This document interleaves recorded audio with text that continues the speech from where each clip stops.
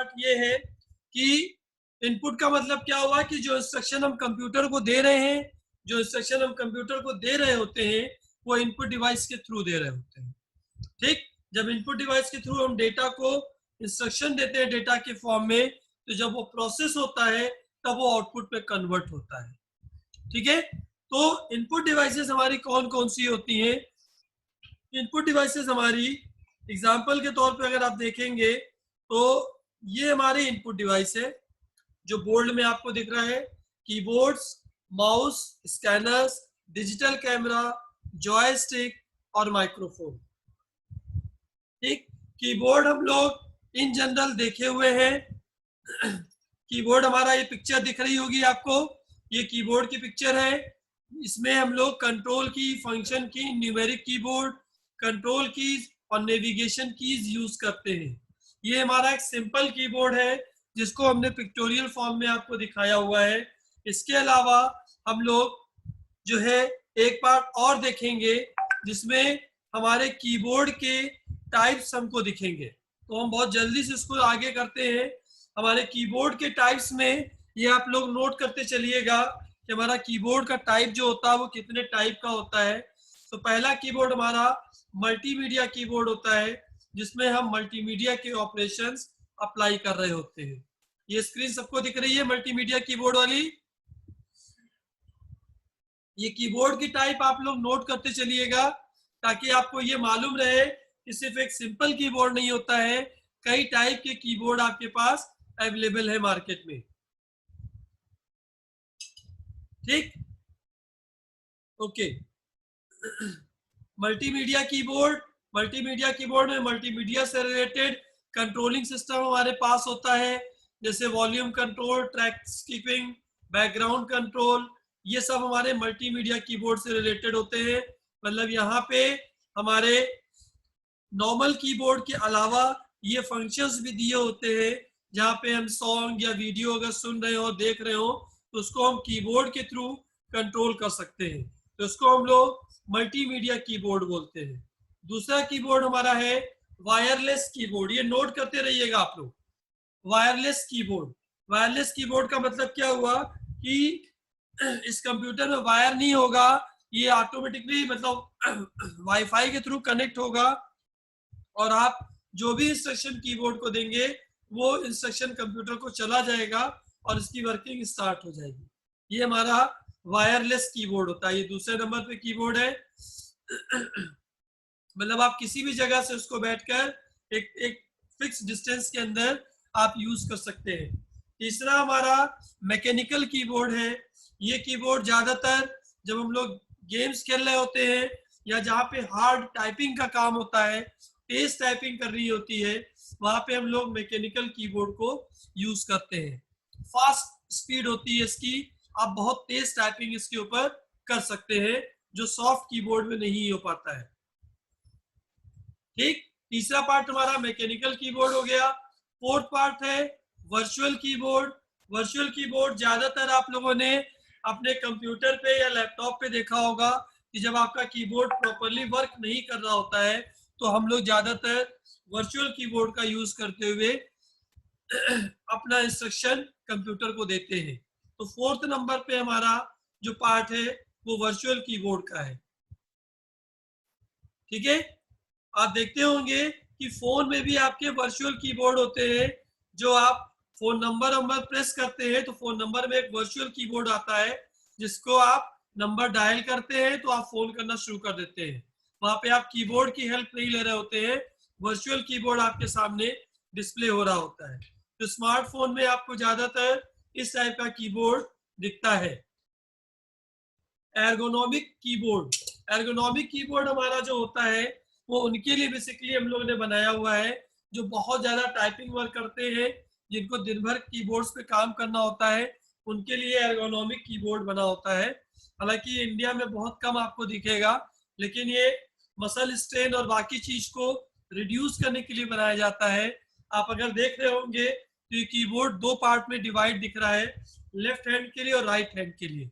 तो आप यहाँ से आराम से अपनी स्पीड में और इजी वे में टाइप कर सकते हैं। ये एर्गोनॉमिक कीबोर्ड कहलाता है। ये 5वें नंबर का कीबोर्ड है। उसके बाद QWERTY कीबोर्ड होता है हमारा, ये 6 नंबर का कीबोर्ड है। इन जनरल यही कीबोर्ड आप लोग देख रहे होते हैं अपने घरों में, QWERTY कीबोर्ड, जो एक जनरल कीबोर्ड है जिसको हम लोग यूज अपने घरों में कर रहे होते हैं। ठीक, उसके बाद हमारा नेक्स्ट है गेमिंग कीबोर्ड। गेमिंग कीबोर्ड में गेमिंग से रिलेटेड कंट्रोल सिस्टम हमारे बने होते हैं। हम यहाँ से गेमिंग से रिलेटेड सारी कीज को प्रेस करके हम उसका यूज कर सकते हैं। बाकी जो नॉर्मल कीबोर्ड के फंक्शंस है वो उसके अंदर रहेंगे ही रहेंगे। नेक्स्ट हमारा है यूएसबी कीबोर्ड। आपके यूएसबी आपको ये दिख रहा है, आप सिंपली कंप्यूटर में इसको जैसे कनेक्ट करेंगे ये प्लग एंड प्ले हो जाएगा। ठीक, जैसे आप प्लग करेंगे ये प्ले हो जाएगा, जैसे माउस होता है वैसे ही कीबोर्ड होता है। तो ये कीबोर्ड भी आप लोगों ने देखा होगा अपने घरों में। उसके बाद आपका है मेम्ब्रेन कीबोर्ड। मेम्ब्रेन कीबोर्ड जो होता है बाकी कीबोर्ड्स की तरह ही होता है, लेकिन यहाँ पे पैड्स पे प्रेशर होता है और हम लोग आराम से इसके ऊपर काम कर रहे होते हैं। ठीक है, तो ये कस्टमाइजेबल होता है, अपने हिसाब से आप कस्टमाइज कर सकते हैं। और लास्ट कीबोर्ड हमारा है roll up computer keyboard. Roll up computer keyboard को आप रोल कर सकते हैं, जैसा कि पिक्चर में दिख रहा है कि आप रोल कर सकते हैं। फिर जब आप यूज करना चाहें तो ओपन करके यूज कीजिए, फिर आप रोल अप कर दीजिए। तो ये 10 टाइप के हमारे कीबोर्ड अवेलेबल है मार्केट के अंदर। ठीक है, ये सबको क्लियर हो गया या कोई डाउट है?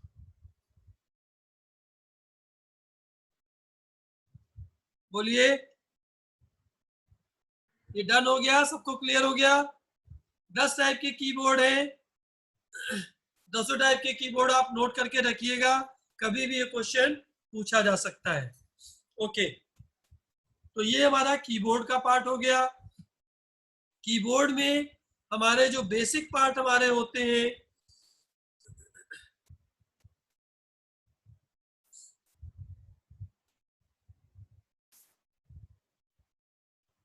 कीबोर्ड में हमारे जो बेसिक पार्ट होते हैं वो हमारे टाइपिंग कीज के अलावा numeric keypad, function keys, control की और स्पेशल पर्पस कीज होती है। अगर इसको आप ध्यान से देखेंगे तो यहाँ पे आप ध्यान से देखिए, ये फंक्शन कीज है जो F1, F2, F3, F4 लिखा होता है।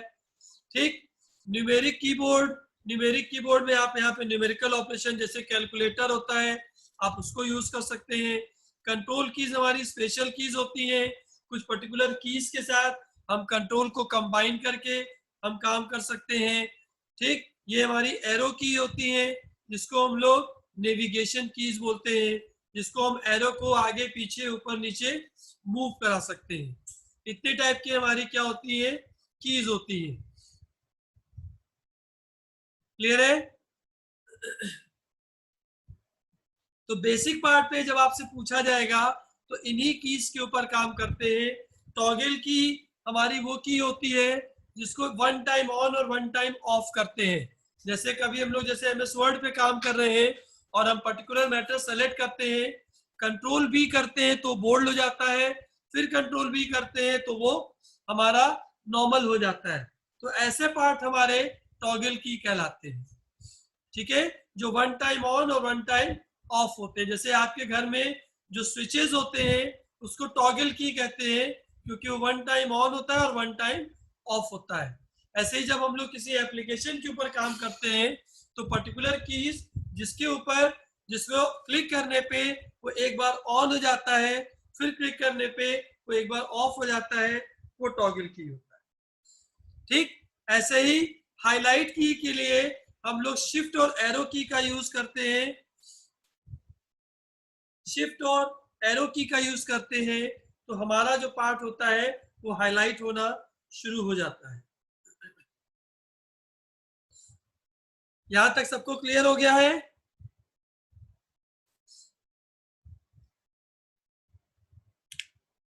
जो हमारी कंट्रोल की होती है इसको बेसिकली आप लोग टॉगल की बोल सकते हैं कि काफी कीज ऐसी होती हैं जो टॉगल की तरह काम कर रही होती है।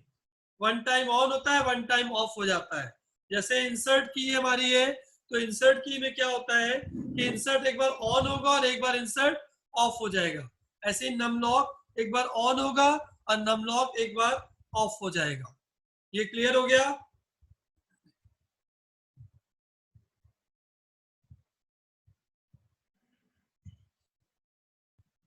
नेक्स्ट पार्ट हमारा है, नेक्स्ट पार्ट हमारा है जिसको हम लोग माउस बोलेंगे। माउस आप सभी लोगों ने देखा होगा कि माउस जो होती है हमारी हैंड हेल्ड डिवाइस होती है, हम लोग हाथ से उसको यूज कर रहे होते हैं और ये मूव करती है तो कर्सर या पॉइंटर हमारा स्क्रीन के ऊपर मूव कर रहा होता है। ठीक, अगर माउस को हम लोग ध्यान से देखेंगे तो माउस को भी हम लोग track ball mouse, mechanical mouse, optical mouse और कार्डलेस और वायरलेस माउस होता है। ये अगर आप ध्यान से देखिए तो लगभग ये सारे माउस आप लोगों ने देखे होंगे। ठीक है, मैकेनिकल माउस में पीछे बॉल होती है, इसके थ्रू माउस हमारा मूव करता है, ये मैकेनिकल माउस होता है। तो अगर किसी ने यूज किया होगा तो उसको मालूम होगा कि यहाँ पे जब कुछ गंदगी आ जाती थी, इसको निकाल के फिर साफ करके फिर से हम लोग इस माउस का यूज करते थे, नहीं तो कर्सर हमारा मूव नहीं हो पाता था। ऑप्टिकल माउस में क्या होता है कि ये लेजर के थ्रू मूव होता है और लेजर के थ्रू काम कर रहा होता है। यहाँ पे कोई मूवमेंट के लिए कोई बॉल या कोई कंपोनेंट हमारा ऐड नहीं होता है, ये लेजर से वर्क करता है। और कॉर्डलेस और वायरलेस माउस हमारा बिल्कुल इसी टेक्नोलॉजी पे है, लेकिन वायरलेस होगा। आप किस थोड़ी डिस्टेंस पे आप माउस को यूज करते हुए अपने मॉनिटर पे कर्सर को मूव करा सकते हैं। क्या ये चारों माउस क्लियर हो गए?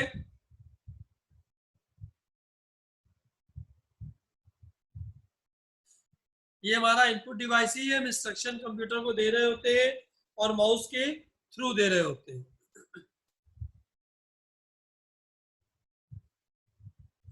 ओके, बहुत ज्यादा टफ नहीं है, ज्यादातर चीजें आप लोगों ने देखी हैं, बस देखते जाना है, समझते जाना है। नेक्स्ट पार्ट हमारा है scanner.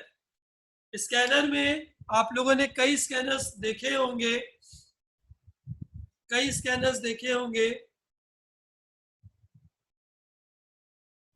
Track ball mouse basically ये जो ऊपर बॉल दिख रही है ना, ये जो बॉल दिख रही है इसको मूव कराते हैं, ये जो ब्लू कलर की बॉल दिख रही है इसको मूव कराते हैं तो पॉइंटर हमारा मूव होता रहता है, कर्सर हमारा मूव होता है। यही बॉल यहाँ पे नीचे शिफ्ट हो जाती है, तो जब माउस को मूव कराते हैं तो हमारा कर्सर इधर उधर मूव करता है। तो ये ट्रैक बॉल वैसे ही होता है कि जब आप इस पे अपनी फिंगर रखेंगे और इधर उधर उसको घुमाएंगे तो पॉइंटर आपका स्क्रीन पे मूव होता रहेगा। ये क्लियर हो गया? नेक्स्ट हमारा पार्ट है स्कैनर का। स्कैनर में क्या होता है कि हम टेक्स्ट को या किसी भी इमेज को एज ए इनपुट रखते हैं, वो पर्टिकुलर उस इमेज को या टेक्स्ट को स्कैन करता है लेजर के थ्रू, और लेजर के थ्रू स्कैन करने के बाद जो हमको डिजायर्ड आउटपुट होता है वो दे देता है। तो अलग अलग टाइप के हमारे स्कैनर हैं, जैसा कि हम पिक्चर में आपको शो कर रहे हैं। आप देख रहे होंगे फ्लैट बेड स्कैनर। ये जो स्कैनर हमारा होता है ज्यादातर आप लोग ऑफिसेज में या साइबर कैफे में देखे होंगे, इस टाइप के स्कैनर होते हैं। यहाँ पे आप कोई पिक्चर रख देते हैं और ये स्कैन करके आपको एक कॉपी कंप्यूटर पे दे देता है, फिर आप उसका प्रिंट आउट निकाल लेते हैं। ठीक, तो सबसे ज्यादा पॉपुलर आपका जो है ये फ्लैट बेड स्कैनर है, जो साइबर कैफे और बाकी शॉप्स में आपको दिखता है, जहाँ पे आप कॉपी को स्कैन करते हैं। जैसे आप फोटो कॉपी मशीन भी देखे होंगे, वो भी एक तरीके का स्कैनर ही होता है, जो क्या करता है लेजर के थ्रू उसको रीड आउट करता है और फिर उसकी कॉपी निकालना शुरू कर देता है। ठीक, दूसरा है हैंडेड स्कैनर। हैंडेड स्कैनर को आप लोग बारकोड रीडर की तरह जानते हैं, एक बारकोड रीडर की तरह वर्क करता है। आप लोग जितने भी मॉल में और इधर उधर जाएंगे जहाँ पे आप सामान खरीद रहे होते हैं, तो आप देखते होंगे कि प्रोडक्ट को रीड करने के लिए, प्रोडक्ट का बारकोड रीडर रीड करने के लिए हम लोग हैंडेड स्कैनर यूज करते हैं, बारकोड रीडर को यूज करने के लिए। बारकोड सभी लोग जानते होंगे, बारकोड सभी लोग जानते हैं।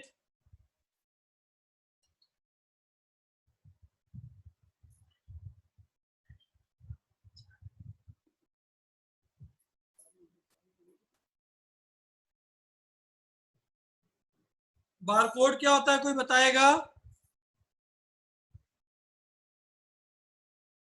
बारकोड बेसिकली, बारकोड को अगर आप देखेंगे तो वर्टिकल स्ट्रिप्स होती है, और वर्टिकल स्ट्रिप्स को ये बारकोड रीडर रीड करता है। यस, बेसिकली बारकोड रीडर जो होता है वो 3 पार्ट में डिवाइड होता है।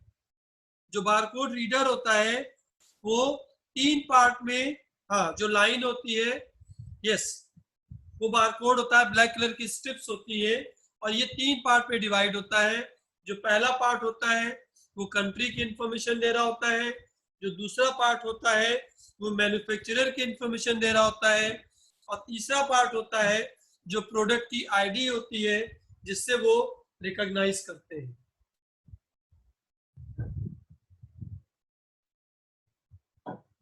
प्रोडक्ट को आइडेंटिफाई करने के लिए हमारा थर्ड सेक्शन होता है, ठीक। तो barcode reader basically, barcode reader जो हमारा नहीं, क्यूआर कोड रिप्लेस नहीं हुआ है। बारकोड आज भी आपको काफी प्रोडक्ट्स में मिलेंगे, क्यूआर कोड एक अलग पार्ट हो जाता है, ठीक है। क्यूआर कोड भी है, आरएफआईडी भी यूज होती है बहुत जगह पे, लेकिन बारकोड अभी रिप्लेस नहीं हुआ है। तो बारकोड को आप लोग अगर लिखना चाहे तो लिख लीजिए कि बारकोड 3 पार्ट में डिवाइड होता है, जो वर्टिकल लाइंस होती है। पहला पार्ट कंट्री की इंफॉर्मेशन होती है, कि किस कंट्री से बिलोंग कर रहा है। जो दूसरा पार्ट होता है वो मैन्युफैक्चरर की इंफॉर्मेशन होती है, कि उस प्रोडक्ट का मैन्युफैक्चरर कौन है। और तीसरा प्रोडक्ट की आईडी होती है, कि मैन्युफैक्चरर उस प्रोडक्ट को रिकॉग्नाइज कर सके। ये 3 पार्ट होते हैं। ये तीनों नोट कर लिए आप लोगों ने?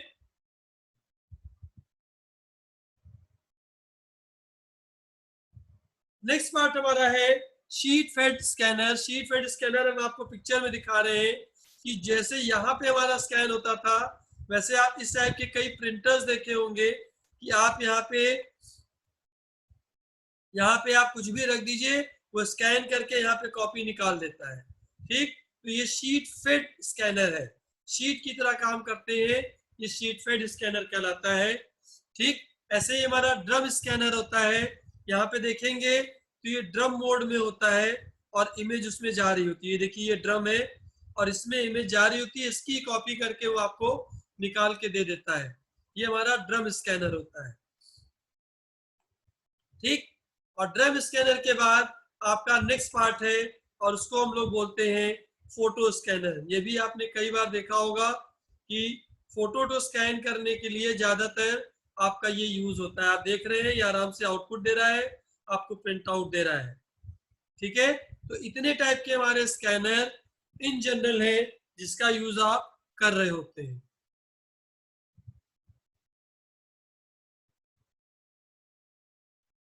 नेक्स्ट पार्ट हमारा है जॉयस्टिक। पूछिए क्या पूछना है।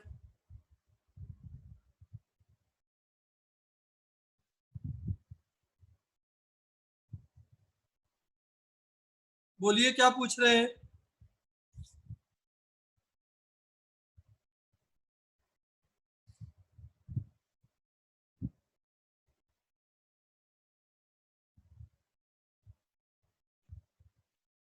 स्कैनर इनपुट डिवाइस ही होता है, आउटपुट डिवाइस नहीं होता,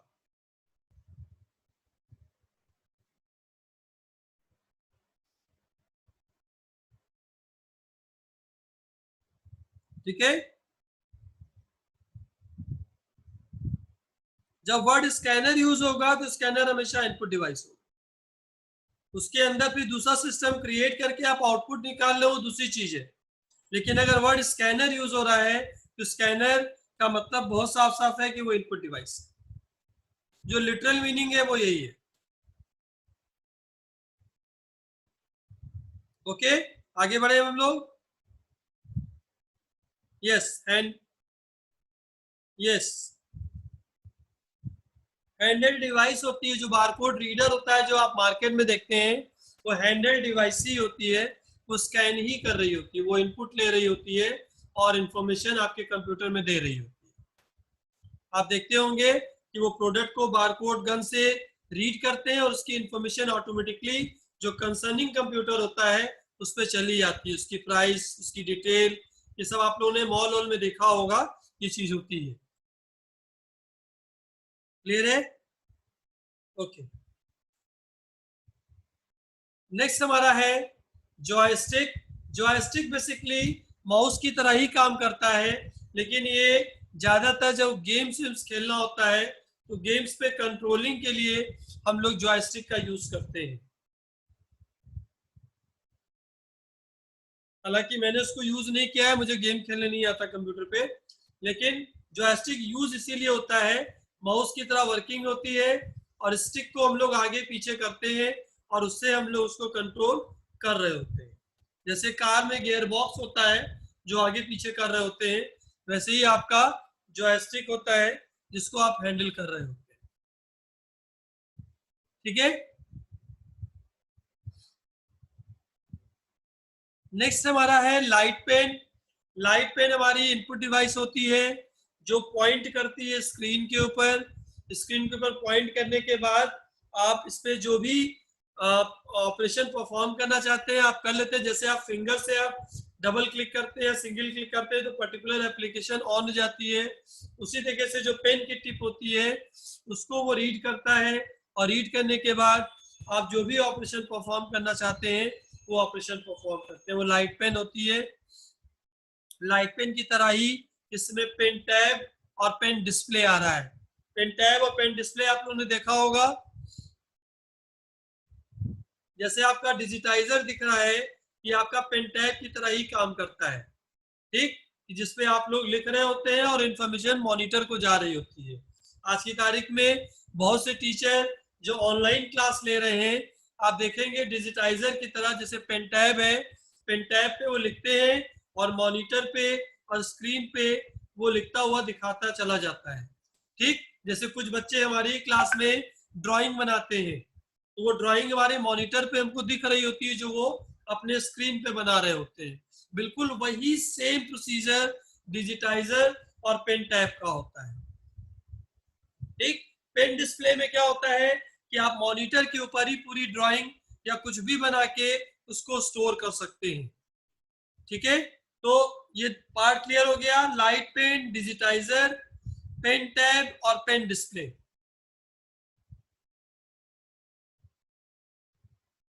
ठीक, इसमें सॉफ्टवेयर होता है जो लाइन क्रिएट की जा रही होती है उसको मॉनिटर पे शो कर देते हैं। Is it clear to everyone? समझ में आ गया?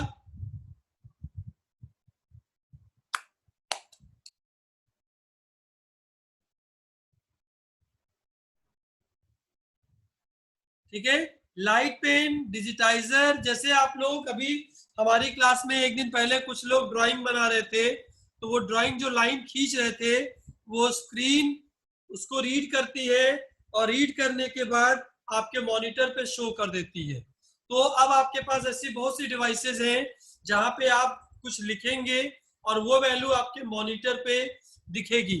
मतलब जो कंसेप्ट है वो बिल्कुल वैसे ही है कि जैसे पहले स्लेट हुआ करता था तो स्लेट पे आप चौक से लिखा करते थे तो स्लेट के ऊपर वो राइटिंग आप जो आप लिख रहे होते थे वो दिख रही होती थी। उसी चीज को इन्होंने डिजिटाइज कर दिया। अब क्या किया कि वो आपको एक स्लेट टाइप का एक डिवाइस देंगे जिसमें आप पेन से जो लिखेंगे वो पार्ट आपके स्क्रीन पे आपको डिस्प्ले होगा। जैसे मान लीजिए कि हमको आपको मैथ्स पढ़ानी है, साइंस पढ़ाना है, मैथ के इक्वेशन सॉल्व करने हैं, तो मैथ के इक्वेशन सॉल्व करने के लिए हम डिजिटाइजर या पेन टैब ले लेते हैं और उससे उस पर लिखते चले जाएंगे। मतलब इससे हम यहाँ पे लिखेंगे और जो लिखेंगे वो हमारे मॉनिटर पे डिस्प्ले होता हुआ चला जाता है। ठीक, तो बच्चा जो है, जो स्टूडेंट है, वो देख रहा होता है कि टीचर उस इक्वेशंस को कैसे सॉल्व कर रहा है। ठीक, तो जो आपका डिजिटाइजर है, जो पेन टैब है, ये सब उसी पार्ट पे हैंडल होते हैं। अब क्लियर है?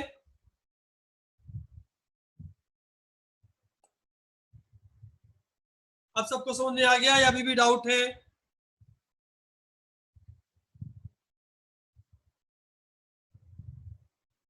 ओके, मतलब अगर बहुत समझना है तो आप समझिए कि वो बच्चा जो अभी रेड कलर से यहाँ पे कुछ बना रहा था वो वैसे ही कुछ काम कर रहा था, ठीक है। तो वो मॉनिटर पे हमारे सीधे आउटपुट आ रहा होता है और मॉनिटर पे हम उसको देख रहे होते हैं एज ए स्टूडेंट। ये क्लियर हो गई होगी बात। माइक्रोफोन, मेरे ख्याल से माइक्रोफोन के बारे में आपको शायद बताने की जरूरत नहीं है, आप सभी लोग यूज करते होंगे, ठीक, कि ये साउंड को इनपुट करता है, ये साउंड को इनपुट करता है, ठीक है। It receives the sound vibration and converts them into audio signal और sends to a recording medium. The audio signals are converted into digital data and stored in the computer, ठीक है। तो ये हमारा माइक्रोफोन हो गया। माइक्रोफोन के बाद हमारा जो पार्ट आता है वो आता है MICR, OCR, bar code reader. अब हम लोग इस पे थोड़ा सा डिस्कशन करते हैं।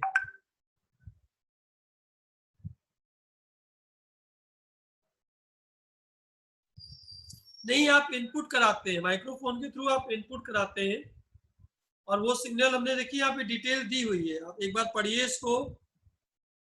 The microphone is a computer input device that is used to input the sound.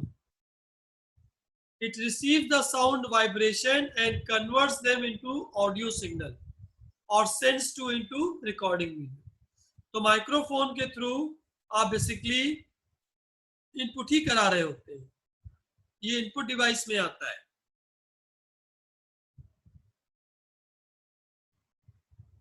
Next part हमारा है, अब ये 3-4 हमारे अलग टाइप के स्कैनर होते हैं। 4 अलग स्कैनर कौन कौन से होते हैं? एक MICR, एक होता है OCR, एक होता है बारकोड रीडर और एक होता है OMR।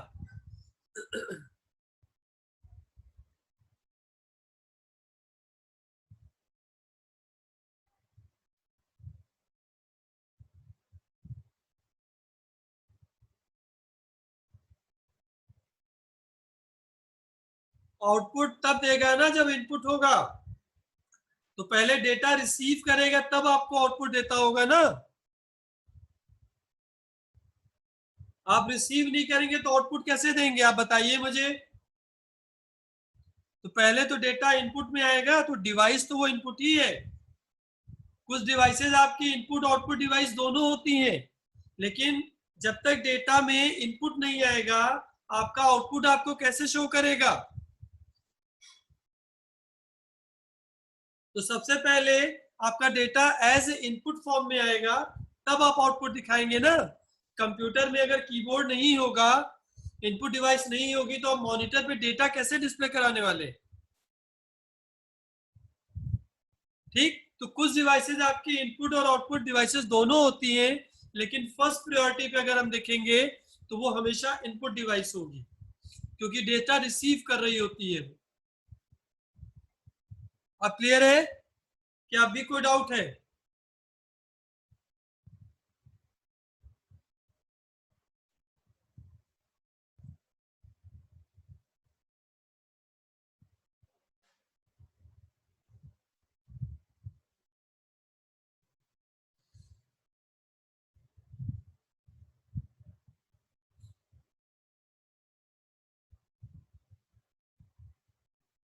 चलिए अब नेक्स्ट पार्ट पे आइए। MICR हमारा चेकबुक, अगर आपने चेक देखा है तो चेक में आपको MICR मिलता है।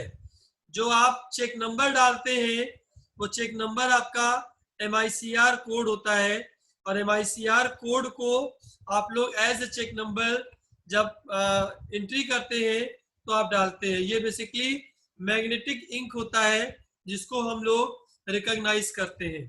तो अगर आप इसकी थ्योरी पढ़ेंगे, MICR computer input device is designed to read the text printed and magnetic ink. MICR is a character recognition technology that makes use of special magnetized ink which is sensitive to magnetic fields.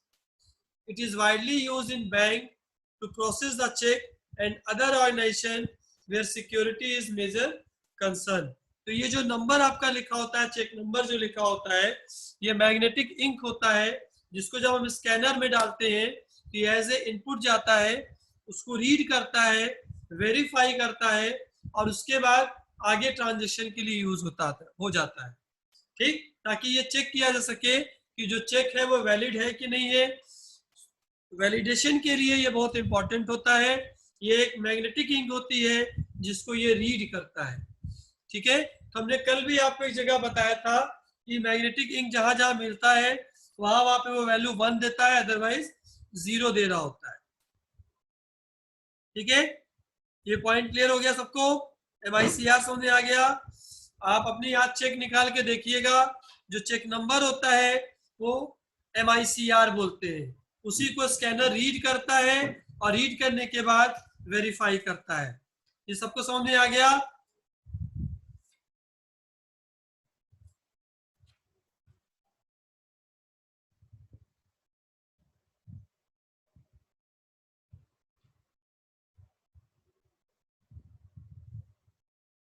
Next हमारा है optical character reader. OCR हमारा एक software होता है जो images, hand written matter, printed text, उनको digital text में convert करता है। जैसे आपकी बुक है और आपकी बुक को पूरा पूरा स्कैन करके OCR कैरेक्टर को रीड करके प्रिंटेड फॉर्म में आपको निकाल के दे देता है। ज्यादातर हम उन बुक्स के ऊपर इस पे काम करते हैं जो बहुत पुरानी हो चुकी है, जिनको हम जल्दी टच नहीं कर सकते। टच करने पे वो पेज फट सकता है। हम लोग क्या करते हैं कि उसका OCR सॉफ्टवेयर यूज करते हैं, वो स्कैन करता है और पूरा एज इट इज मैटर उठाता है और आपकी स्क्रीन पे शो कर देता है। अब आप उस मैटर को उठाइए, थोड़ा बहुत जो करेक्शंस करने हैं वो करेक्शन करिए और नए फॉर्म में प्रिंट आउट निकालिए। तो कुछ साल पहले इस चीज का लोग बिजनेस भी किया करते थे कि पुरानी बुक्स वो आपको देते थे, आप OCR सॉफ्टवेयर के थ्रू स्कैन करके उसको फॉर्मेटिंग करके फिर नए फॉर्म में उसको आप उनको वापस कर देते थे। तो जितनी पुरानी पुरानी बुक्स है जो लाइब्रेरीज में पड़ी हुई है और उनको हम यूज नहीं कर पा रहे हैं, तो ज्यादातर काम हम लोग OCR के थ्रू करते हैं। तो हमारा जो प्रिंटेड मैटर होता है, हैंड रिटन मैटर होता है, उसको हमारा जो OCR सॉफ्टवेयर होता है वो रीड करता है और प्रिंटेड फॉर्म में हमको दे देता है, डिजिटल फॉर्म में हमको दे देता है। OCR समझ में आ गया?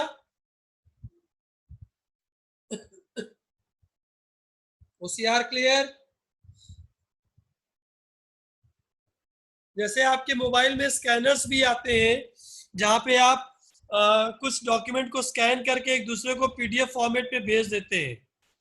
ठीक है, वो OCR की तरह ही काम करता है आपका, कि आप कोई बुक या कोई मैटर आपने स्कैन किया और एक दूसरे को जो आप लोग शेयर कर देते हैं व्हाट्सएप के थ्रू, वो OCR की तरह ही वर्क करता है। वो कैरेक्टर को रीड करता है और फिर डिजिटल फॉर्म में कन्वर्ट करके आपको दे देता है। ये समझ में आ गया होगा? नेक्स्ट पार्ट हमारा है बारकोड रीडर। बारकोड रीडर अभी हम लोगों ने थोड़ी देर पहले डिस्कस किया था कि ये हमारी वर्टिकल लाइंस होती हैं। वर्टिकल लाइंस को हम लोग 3 पार्ट में डिवाइड करते हैं। हमारा ये जो गन होता है जिसको हैंडल डिवाइस या बारकोड रीडर बोलते हैं, वो इस बारकोड को रीड करता है, इनपुट लेता है और इसमें जो इंफॉर्मेशन होती है वो इंफॉर्मेशन पर्टिकुलर कंप्यूटर को सेंड कर देता है। ठीक, ये हमारा बारकोड रीडर हो गया। लास्ट ऑप्शन हमारा है ऑप्टिकल मार्क रीडर। ये आप लोगों ने जब आप लोग एग्जाम देने जाते हैं तो आप लोगों ने ये देखा होगा कि आप लोग को एक ऐसी शीट मिलती है और इस शीट पे आप लोग डार्क पेन से या पेंसिल से आंसर को फिल करते हैं, सर्कल बनाते हैं। ये आप सभी लोगों ने किया होगा। ठीक, ये OMR होती है।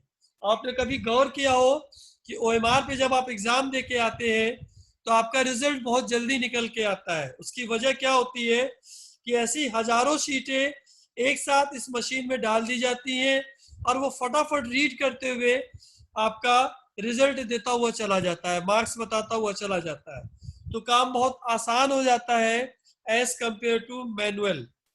ठीक, तो यहाँ पे इस जगह पे हम लोग शीट रख देते हैं, ये इसको रीड करता हुआ चला जाता है। जहां जहां पे उसको ब्लैक शेड मिलता है वो अपने जो इनपुट जो सॉफ्टवेयर होता है उससे कंपेयर करता है। जहां जहां पे आंसर की मैचिंग होती जाती है वहां वहां पे वो मार्क्स देता हुआ चला जाता है। ठीक, ओएमआर में कोई डाउट है? ओएमआर शीट आप लोगों ने देखी होगी। आप सभी लोग कंपटीशन की तैयारी कर रहे हैं, आप सभी लोग जब भी पेपर दिए होंगे ओएमआर शीट आपको दी जाती होगी, इसी पिंक कलर में होती है, इसी पे आप फिल करते हैं और ये हमारा ओएमआर स्कैनर होता है जो उस आंसर को फटाफट रीड करते हुए चला जाता है और आपका मार्क्स स्टोर कर देता है। यहाँ तक सबको क्लियर?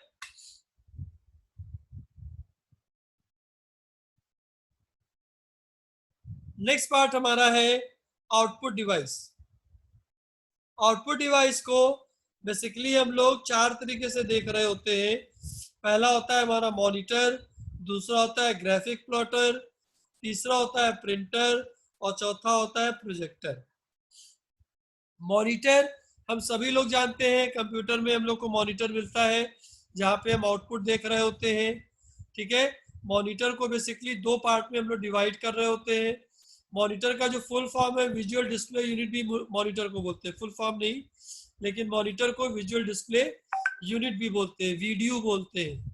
ठीक है, ये हमारा आउटपुट डिवाइस होता है और जितना भी डेटा हमारा शो हो रहा होता है वो डॉट्स के फॉर्म में हो रहा होता है।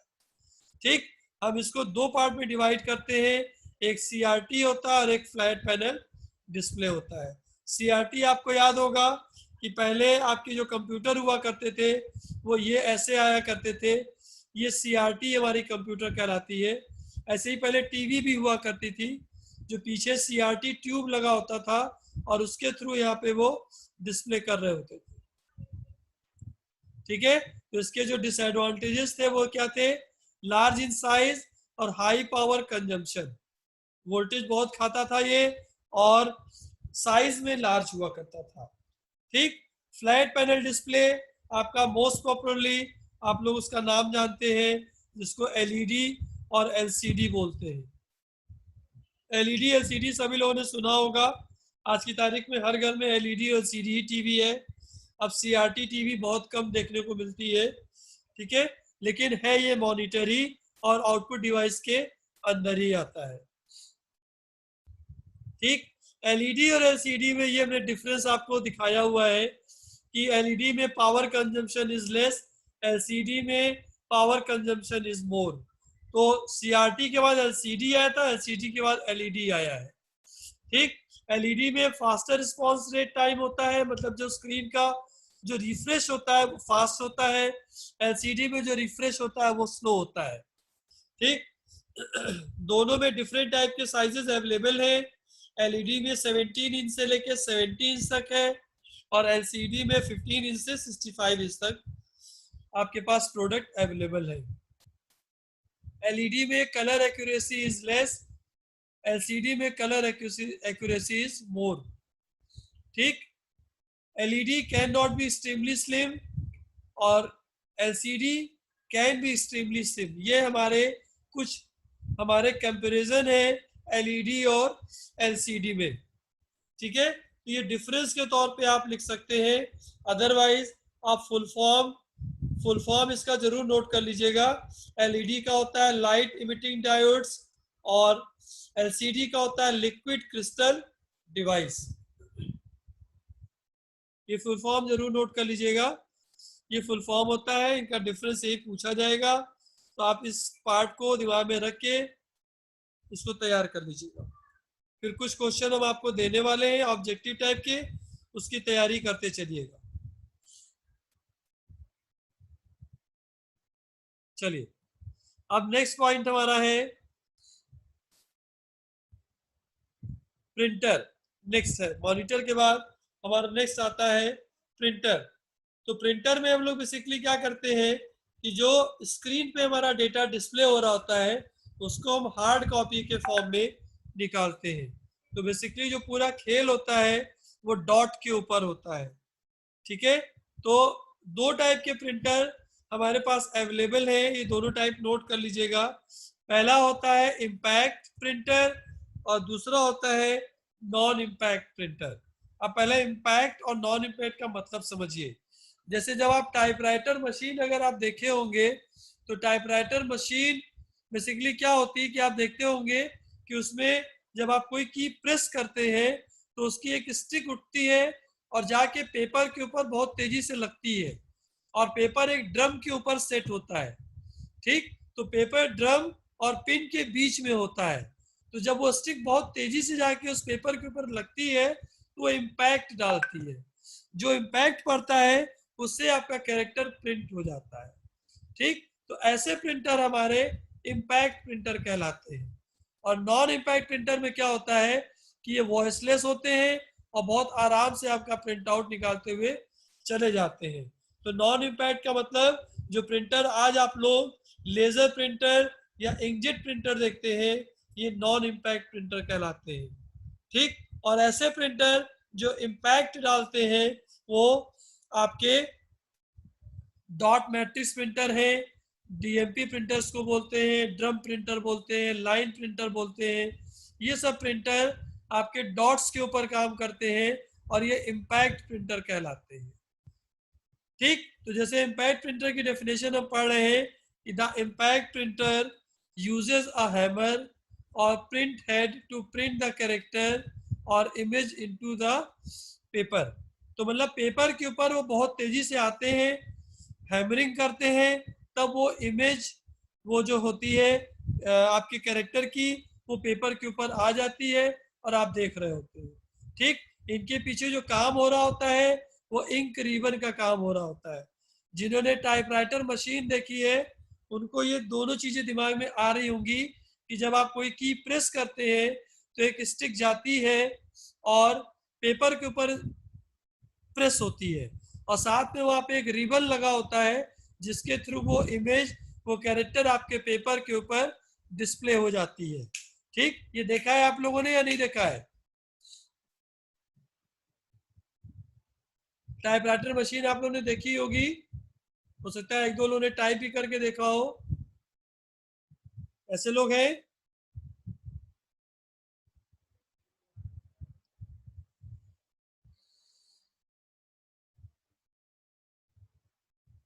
ओके। कैरेक्ट, अब नेक्स्ट पार्ट हमारा इसमें आएगा जो इम्पैक्ट प्रिंटर होते हैं। इम्पैक्ट प्रिंटर में हमारा दो प्रिंटर होता है, एक कैरेक्टर प्रिंटर होता है और एक लाइन प्रिंटर होता है। कैरेक्टर प्रिंटर का मतलब क्या होता है कि वो सिंगल कैरेक्टर को एक बार में प्रिंट करता है। अगर आप पढ़िए, character printer prints a single character at a time और with a single stroke of the print head और हैमर। ठीक, एक एक कैरेक्टर को एक एक बार में प्रिंट करता है जैसे आपकी टाइपराइटर मशीन करती है। ठीक, और दूसरा पार्ट आपका होता है जो हमारा लाइन प्रिंटर होता है, वो एक बार में पूरी पूरी लाइन को प्रिंट करता है और आपको डिस्प्ले कर देता है। ठीक है, तो ये डिफरेंट टाइप के प्रिंटर्स आपके सामने शो हो रहे हैं। जैसे डीएमपी प्रिंटर है, डॉट मैट्रिक्स प्रिंटर है। तो आज से अगर 5 साल 6 साल पहले अगर आप रेलवे रिजर्वेशन करवाने जाते होंगे या इलेक्ट्रिसिटी का बिल लेने जाते होंगे तो वहां पे ऐसा ही प्रिंटर रखा होता है और यहाँ से प्रिंट निकल रहा होता है। और इस प्रिंट को अगर आप ध्यान से देखेंगे तो इस प्रिंट में डॉट्स विजुअल होते थे, आपके डॉट्स दिखा करते थे। ठीक है, लेकिन इसकी जो स्पीड होती है वो 200 टू 500 कैरेक्टर्स पर सेकेंड होती है। ये पॉइंट दिमाग में रखिएगा, 200 से 500 कैरेक्टर पर सेकेंड की स्पीड होती है। ये एक बार में 200 से 500 कैरेक्टर एक सेकेंड में टाइप कर देता है। ठीक, नेक्स्ट हमारा है Daisy wheel printer. Daisy wheel printer की लगभग वर्किंग ऐसे ही होती है। फर्क क्या होता है कि ये देखिए यहाँ पे नीचे आपको व्हील दिख रहा है, ये व्हील से ये इम्पैक्ट डालता है। ये जो हमारी आपको दिख रहा है इमेजेस, ये इससे इम्पैक्ट डालता है और प्रिंट निकाल के आपको देता है। तो डेजी व्हील में क्या होता है, 25 से 50 कैरेक्टर पर सेकेंड निकलते हैं। ये हमारी व्हील होती है और ऊपर मशीन होता है। तो जब आप कोई की या कुछ प्रेस करते हैं तो यहाँ से वो आपकी ये पिन निकलती है, हैमर करती है इस पेज के ऊपर और वो कैरेक्टर प्रिंट होता हुआ चला जाता है। ये सबको समझ में आ गया होगा। नेक्स्ट हमारा होता है लाइन प्रिंटर। लाइन प्रिंटर आज की तारीख में बहुत पॉपुलर है।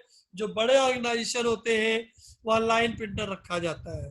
यहाँ पे आप देख रहे होंगे कि ये पेजेस रखे हुए हैं। आप एक बार प्रिंट देंगे तो ये 500 से 3000 लाइन 1 मिनट के अंदर निकाल देगा। मतलब अगर आपके कॉलेज में, आपके कोचिंग में 3000 बच्चों का डेटा निकलना है तो 1 मिनट के अंदर ये पूरा पूरा डेटा आपको डिस्प्ले करके दे देगा। तो इसकी रेंज होती है 500 to 3000 पर लाइन। 3000 बच्चे का रिकॉर्ड वो 1 मिनट पे आपको प्रिंट करके दे देगा। महंगा प्रिंटर होता है और साइज में बड़ा होता है, काफी बड़े साइज में होता है, ठीक है, और बहुत तेजी से प्रिंट आउट निकालता है। तो ऐसे ऑर्गेनाइजेशन जहाँ पे रेगुलर प्रिंट्स की जरूरत होती है वहां पे लोग लाइन प्रिंटर रखते हैं। ठीक, नेक्स्ट हमारा है ड्रम प्रिंटर। ड्रम आपको ये दिख रहा है, इस पे इम्पैक्ट पड़ता है। जो टाइपराइटर मशीन का हमने आपको एग्जांपल दिया था, तो आप यहाँ पे देखिए टाइपराइटर मशीन पे भी ऐसे ही यहाँ पे बेलन बनी होती है, ड्रम होता है, और इस पे इम्पैक्ट डालते हैं और रिजल्ट हमारा हमको डिस्प्ले हो रहा होता है। ठीक है, तो आप अगर ये देखिए तो ये बेलन नुमा है, इसके ऊपर पेपर लग जाता है और जब यहाँ से कोई की इसके ऊपर इम्पैक्ट डालती है तो वो प्रिंट हो जाता है। ठीक, तो ये ड्रम की तरह काम करता है और रिबन के साथ इस पे हैमरिंग होती है। तो ये हमारा ड्रम प्रिंटर होता है। ये सबको समझ आ गया होगा। नेक्स्ट हमारा है chain printer. Chaining line printer ही होता है बेसिकली ये चेन प्रिंटर जो होता है, और रोटेशन के फॉर्म में ये आपका डेटा डिस्प्ले कर रहा होता है। ये मशीन होती है और ये हमारा मशीन, ये आप देख रहे होंगे ऐसे करके मूव होता रहता है। जो हमारा डेटा होता है मूव होता रहता है और प्रिंट करके निकालता रह रहा होता है। ठीक, ये चेन प्रिंटर, ये अब नहीं दिखता, पहले बहुत पहले हुआ करता था। और नेक्स्ट हमारा लास्ट पार्ट है नॉन इम्पैक्ट प्रिंटर, जिसमें लेजर और इंकजेट प्रिंटर है। आप ये लेजर और इंकजेट प्रिंटर देख रहे हैं। इंकजेट प्रिंटर में जो इंक होती है वो जल्दी सूखती नहीं है, एक एक इंक को वो ड्रॉप करता है, जल्दी नहीं सूखती है। अगर ये प्रिंट आउट निकल रहा है और आपने यहाँ पे हाथ लगा दिया तो प्रिंट खराब हो सकता है। लेकिन लेजर प्रिंटर में क्या फायदा होता है कि लेजर के थ्रू जब ये प्रिंट निकलता है तो सारी इंक ड्राई होती है, ड्राई इंक यूज होती है, इसमें लिक्विड इंक यूज होती है, और ड्राई इंक के थ्रू ये लेजर बीम के थ्रू उसको ड्राई करता है और फिर प्रिंट आउट दे लेता है। आप कभी देखिए अपने अपने ऑफिस में या कहीं भी, जब आप लेजर प्रिंटर से प्रिंट आउट निकालते हैं तो पेपर आपको गर्म लगेगा। ठीक, क्योंकि लेजर यूज होता है इसमें। तो जब लेजर प्रिंटर यूज करते हैं, जब लेजर प्रिंटर से आउटपुट आता है तो पेपर आपको हमेशा गर्म महसूस होगा, जबकि इंकजेट में ऐसा नहीं होता है। यहाँ पे ड्राई इंक यूज होती है और यहाँ पे लिक्विड होती है। इसीलिए जिनके घर में भी इंकजेट प्रिंटर होता है, अगर वो ज्यादा यूज नहीं करते हो तो इंक उनकी सूख जाती है प्रॉपर यूज ना करने पे। इंकजेट में ये ड्रॉबैक होता है, जबकि लेजर में ये प्रॉब्लम नहीं होती है। आपका कार्टेज होता है और वहां से वो प्रिंट आउट निकालना होता है। ठीक, तो हमारा इनपुट और आउटपुट डिवाइस आज खत्म हो गया। अगर किसी को कोई डाउट होगा तो कल पूछ लीजिएगा, नहीं तो कल हम लोग इसके आगे पढ़ने वाले हैं। कल हम लोग ओपन सोर्स पढ़ेंगे और ओपन सोर्स को डिटेल में समझेंगे। ओके, किसी कुछ पूछना तो नहीं है?